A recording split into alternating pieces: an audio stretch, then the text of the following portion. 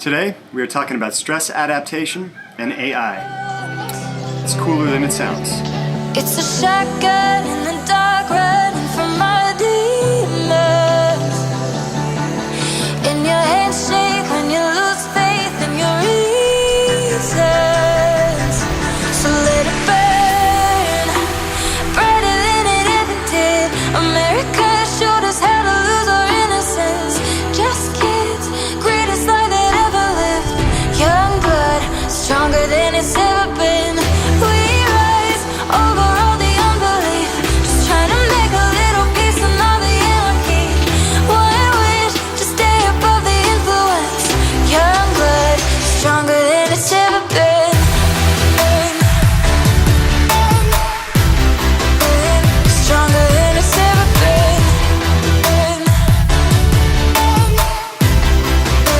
Stronger than it's ever been. So, stress adaptation and AI. Okay, let's back things up a little bit. You guys just watched a short clip of me running through the rice paddies barefoot. And what does this have to do with artificial intelligence? So, this is another one of those meta-level conversations, looking at stress adaptation as a whole, and maybe not too much of the specifics, but I'm using one key example, which is barefoot running. Now, we've got several million years of evolutionary history behind our physical structure, right? Even though Homo sapiens are supposed to be somewhere in the 150,000, 200,000 year old range for our particular species, our genetic evolution has a much larger history, going from quadrupedal to bipedal in terms of movement. And with that, we have been evolving. Our foot structure, our entire upright structure has been evolving against cold, hard nature, right? So over the last few hundred years, and especially over the last maybe 50 to 100, where shoe technology has really taken off, we've tried to essentially redefine what it means to have good foot arches and good walking structure, and we don't really let nature take its course anymore. So you wind up with a lot of people that walk with duck feet or toes turned in, and a lot of people complaining about low arches and foot pain. And these things are highly related. So we still have a few cultures and tribes around today that haven't been exposed to Western culture or footwear for that matter. And what we see across some of these tribes and cultures is that they don't have substantial footwear, right? They're either barefoot or they wear a really thin, kind of leather sheath underneath their feet just to protect it maybe from sharp things. But if you guys check out videos, and there's some on YouTube on the Tarahumara, you can check out Tarahumara. So these guys are known for running hundreds of miles, and they do so with nothing but a thin sheath that protects the bottom of the foot. Now, this is important when we're looking at modern footwear, both for athletes and for people that, don't do much of anything. But it gives us a lot of information as to how our body has evolved to interact with the ground and to keep us upright. And we're denying that every time that we're looking for footwear that essentially builds in an arch or tries to correct poor movement. Now, this is highly relevant to the topic of peak performance and mind-body development in particular, because a lot of the things that we try to do hack the mind and body domain to a certain extent. But it's really important to recognize that we can't do that effectively if we don't acknowledge where we came from and how we are built. And so most people acknowledge and know that we are built to overcompensate or supercompensate for stress, meaning that when we go into the gym, we break part of the body down through lifting weights, part of our muscles down through lifting weights. Through rest and nutrition, we supercompensate and we come back not only able of managing, nice rooster, not able to only manage that amount of stress, but that plus. Now, this is important when we look at deeper structural issues in movement, because looking at the body and our physiology just in terms of stress adaptation toward muscle is a very narrow framework. Now, this should be valuable to most people interested in the mind-body domain and in peak performance, because we are often trying to hack how we can make faster and more meaningful progress in those domains. But we often do so by thinking that modern technologies and ways of analyzing how the body moves supersede where we came from and the hundreds of thousands, if not millions of years that have led to our structural movement patterns. And this is important because it's quite possible that in trying to hack the way that we should be walking and standing through modern footwear, we might be missing some of the essential factors of what actually lead to a healthy, strong body. Part of that being the stress adaptation that occurs through the impact of running. So how does AI come into this conversation? There's another video, a TED Talk, on artificial intelligence, generative artificial intelligence, and essentially designing the best race car. Now, one of the things that's so interesting about this was that they took a large number of electrodes, put it into this car, had an expert driver drive it around a racetrack, and they came away with 4 billion data points.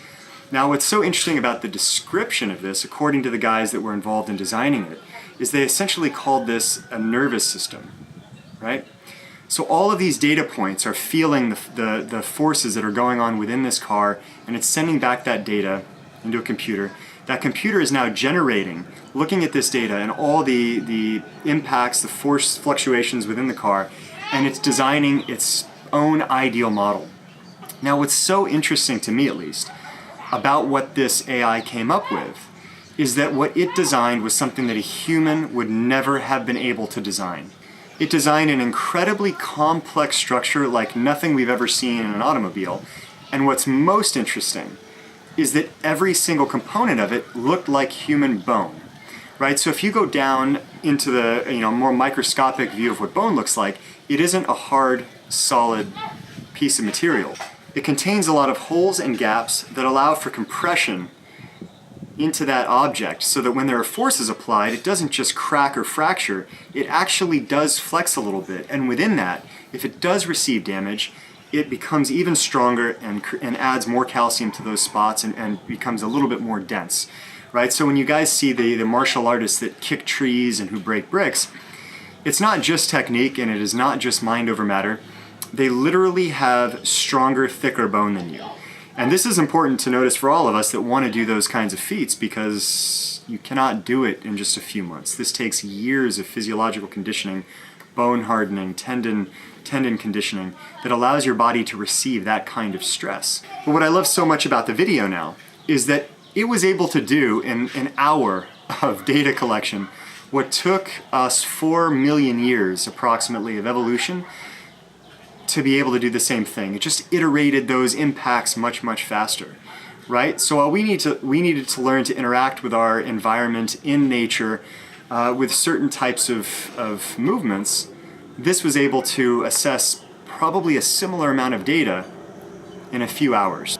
So while the point of this is not go AI and it will solve everything in the next couple of years, maybe possible, maybe not, it is important to recognize how much data has gone in to your physiological development and that we cannot simply bypass it or overlook that with good footwear.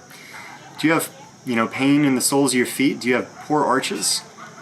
Take the shoes off. Walk more. Walk with bare feet. Run with bare feet if you can. Now, don't do it all out. Don't start running miles or kilometers if you've never conditioned this. But do consider with all of your movements, with all of your training, are you going to the gym and just hitting the big weights? Or are you also looking at how your tendons and ligaments are also responding to that type of training? Are you running with great shoes, but you've got knee pain, ankle pain, hip pain? None of those things should happen. So it's important to consider that while we always frame physical training in terms of muscular development, there is a lot more that goes into physiological development and conditioning than just building muscle or just recovering from a hard workout. And it has a lot to do with how your tendons and ligaments, your joints as a whole, respond to that stress and how your structure is meeting the needs of your environment. So if we bring this down to a basic level, one of the things that I talk about in my programs is fixating on your physical stance and structure. When you guys are doing basic things, walking up and down stairs, walking, to and, inside the office, to and from places, do you have duck feet? Are your feet turned out or are they straight? Are your shoulders hunched or are they down, back and relaxed with the chest up and exposed? Is your head tilted from constantly texting or is it set back with the crown point drawn up? A lot of these are physical cues that have evolved over a very, very long time. We cannot neglect them and still expect to have good health and an overall healthy mental outlook, which is very much attached to physical structure. And so, the last point that I want to leave you guys with is not only that we need to consider our natural physiological structure and some of the functions that our body has evolved to be able to do without the use of assistance, right? Without all the devices, the watches, the shoes. We need to look at how we move in the real world and how we've evolved to move, and we need to acknowledge that to a high degree. But the second part is that you need to also acknowledge that your body and your frame is built to overcompensate and supercompensate for stress. So if you want to be strong, if you want to be healthy, you have to apply load on the body and you have to apply stress. One of the most common pieces of advice from doctors to people that have been injured or have pain is remove impact training, right? So they'll tell you to stop running and go on to things like the elliptical. Now, I don't have anything against the elliptical per se, if it's added on to an otherwise healthy program and balanced program. But we all have to consider that when we remove those little stressors that we can actually quantify and build up slowly over time, and we replace it with things that don't add that same kind of impact, in the short term, sure, less pain. In the long term, a much, much weaker body. Because our bodies are built to supercompensate, both through a massive history of evolution that has given us the ability to supercompensate, but also in the short term, where our environment does dictate the strength in our structure and our performance. And if you found any use in this discussion or would like to hear more in the future, please like, subscribe, and be weightless.